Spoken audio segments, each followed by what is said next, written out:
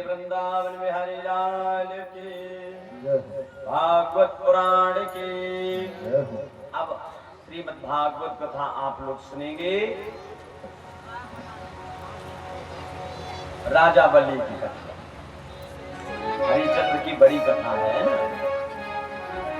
बड़े सुंदर राजा हरिश्चंद्र थे, सत्य पर चलने वाले। कैसे राजा थे? सत्य पर चलने। चंद्र टरे सूरज टरे, टरे जगत व्यवहार, परना हरिश्चंद्र के टरे न सत्य विचार। इन्होंने इतना सत्य पर चले, अपने पत्नी और अपने पुत्र को भी खो दिया। अंत में सत्य की विजय होती है।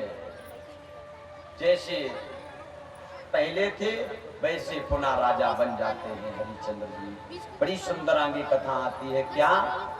वल चरित्र की। दैत्यों के एक राजा है जिनका नाम है बलि। क्या नाम है? बलि।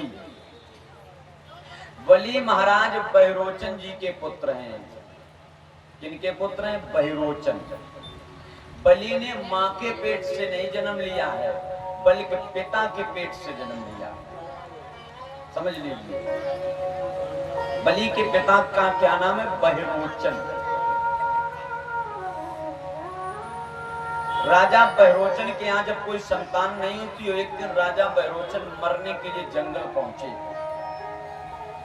जैसे ही जंगल में पहुंचे तो एक संत ने इन्हें मरने से बचाया और इन्हें भभूति दी। क्या दी? भभूति। और जवाब दिया, जाओ अपनी पत्नी को खिला देना, उसके द्वारा संतान हो जाएगी।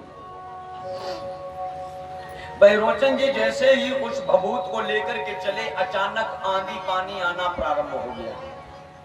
अब बहिरोचन ने विचार किया, अगर मैंने इस भभूति को नहीं बचा पाया, जल गिरने पर ये गल जाएगी, चली जाएगी। अब मैं क्या करूं?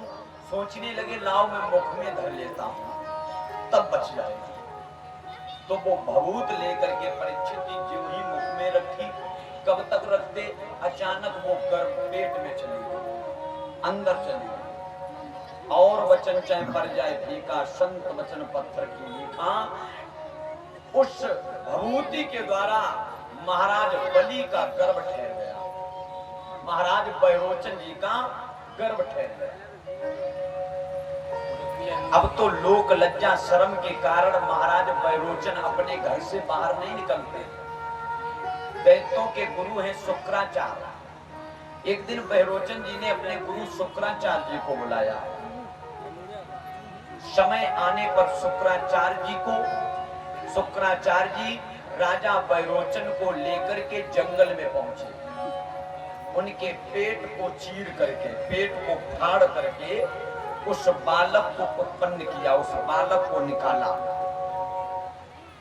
बहिरोचन जी के प्राण निकल गए। शुक्राचार्य जी ने उस पुत्र का नाम रख दिया बलि। किस लिए बलि रखा? क्योंकि अपने पिता का बलिदान देकर के, अपने पिता की बलि लेकर के पुत्र उत्पन्न हुआ, इसलिए नाम रखा गया है बलि। बलि कोई साधारण राजा नहीं थे। दैत्यों के राजा होकर के, राक्षसों के राजा होकर के भी धर्म पर चलने वाले राजा थे बलि।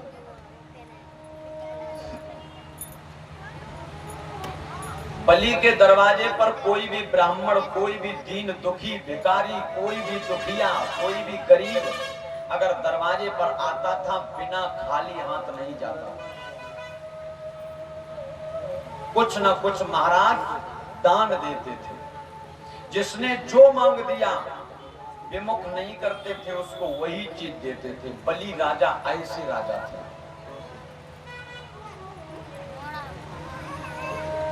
बलि महाराज ने 99 अश्वमेध यज्ञ पूरे किए। कितने यज्ञ? 99 यज्ञ पूर्ण कर लिए। 100वें यज्ञ की तैयारियां हैं। पहले का नियम था, जो 100 यज्ञ कर लेता था वही देवताओं का राजा कहलाता था।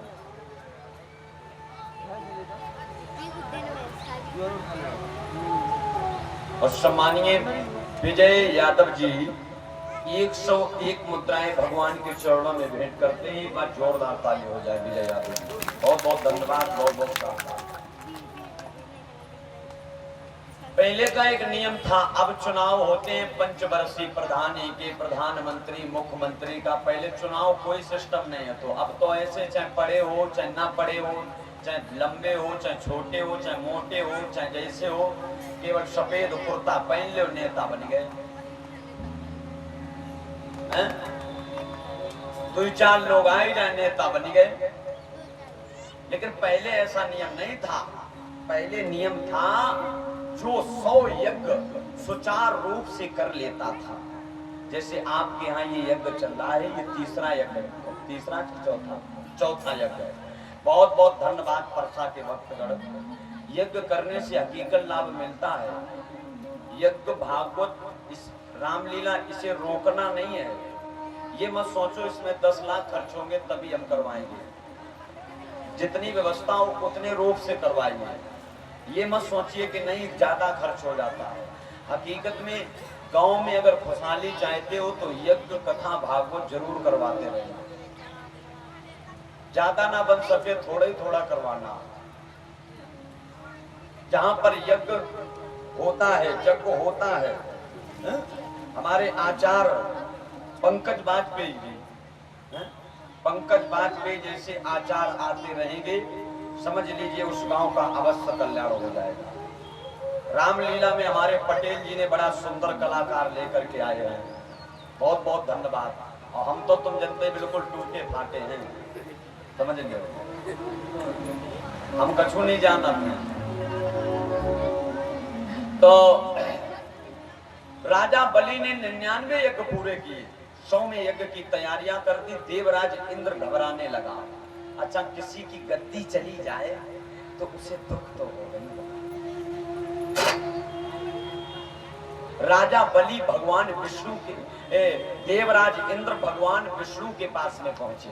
प्रभु, दैत्यों का राजा बलि यज्ञ कर रहा है, अगर उन्हें 100 यज्ञ कर लिए तो मैं जानता हूं तुम देवताओं का राजा बलि को बना दोगे। अब वो दैत्यों का भी राजा होगा और देवताओं का राजा होगा, भला क्या बीतेगी।